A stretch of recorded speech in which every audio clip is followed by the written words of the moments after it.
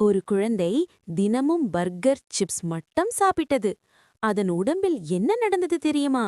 இன்று இரவில் உணவுகள் எல்லாம் பேச ஆரம்பிச்சிடுச்சு. ஒரு சிறிய வீட்டில் ஒரு குட்டி குழந்தை சோர்வாக அமர்ந்திருந்தது.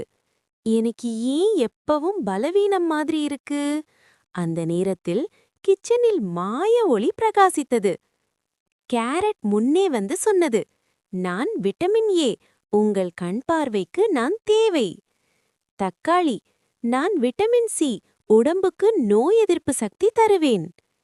கீரை, என்னுள் அயன் உள்ளது, உங்கள் இரத்தம் பலமாக இருக்கும். பால், கால்சியம் நிறைந்தவன் நான், எலும்பு வளர்ச்சிக்கு அவசியம். முட்டை, புரோட்டீன் சக்தி, உடல் வளர்ச்சிக்கு முக்கியமானவன். வாழை, எனர்ஜி தருவேன், விளையாட சக்தி வேண்டுமென்றால் என்னை மறக்காதே. ஆப்பிள், ஃபைபர் நிறைந்தவன், ஜீரணம் சீராக இருக்கும்.